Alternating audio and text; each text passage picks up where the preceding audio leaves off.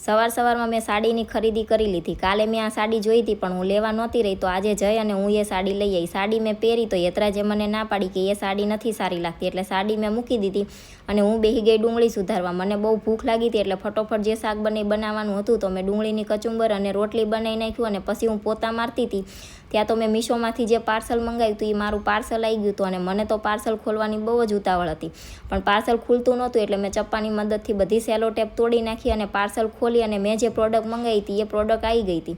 મને તો આ પ્રોડક્ટ બહુ જ ગમી, મેં ફોનમાં જોઈ હતી તેના કરતાં પણ પ્રોડક્ટ બહુ જ સરસ હતી। તમારે કોઈને જો આ પ્રોડક્ટની ખરીદી કરવી હોય તો ડિસ્ક્રિપ્શનમાં લિંક આપેલી છે, ત્યાં જઈ અને તમે ખરીદી કરી શકો છો।